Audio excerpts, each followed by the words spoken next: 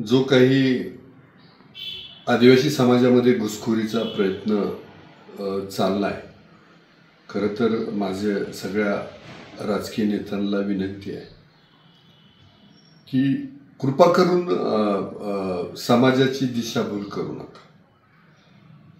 बंजारा काय पण कुठलाच समाज हा आदिवासींमध्ये समाविष्ट होऊ शकत नाही. महाराष्ट्रामध्ये आपण धनगरांविरुद्धची याचिका जिंकली आहे. बंजारा समाजाच्या नेते मंडळींनी सांगितलं असेल तर त्यांना ऑलरेडी आधीचं आरक्षण त्यांना भेटलेलं आहे, त्यामुळं ते आदिवासींमध्ये समाविष्ट होणे शक्य नाही आहे. आणि त्यामुळं विनाकारण महाराष्ट्रामध्ये राजकारण तापवण्याचा प्रयत्न करू नका, ही माझी बंजारा समाजाच्याही नेत्यांना विनंती आहे आणि इतरही जे घुसखोरी करू पाहतात त्यांना पण विनंती आहे.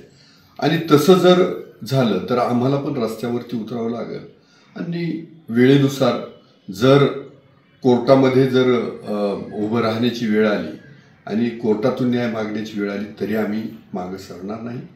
आत्तापर्यंत आदिवासी समाजाचे 25 आमदार आणि इतर माझे आमदारही आणि काही नेते मंडळीही बरोबर आमच्या होती आणि इथून पुढेही राहतील. त्यामुळं समाजानं पण याची दखल घ्यावी की आमदार सगळे एकत्र आहेत. फक्त प्रत्येक वेळेला फक्त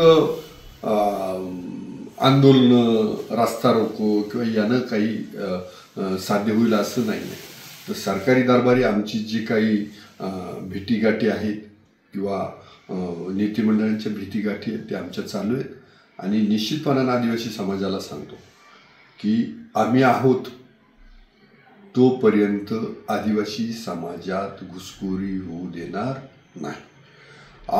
अर्थात ज्यांच्या काळात झाली ते आज जर ढोलक्या बडवीत असतील तर त्यांना मात्र तुम्ही विचारला पाहिजे की एवढी मोठी घुसखोरी पहिली जी होत होती की कशी झाली.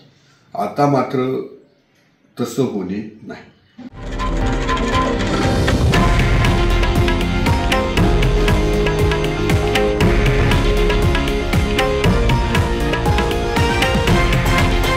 हे आहे देशातील नंबर 1 न्यूज नेटवर्क आणि आपण पाहत आहात TV9 मराठी, एकमेव.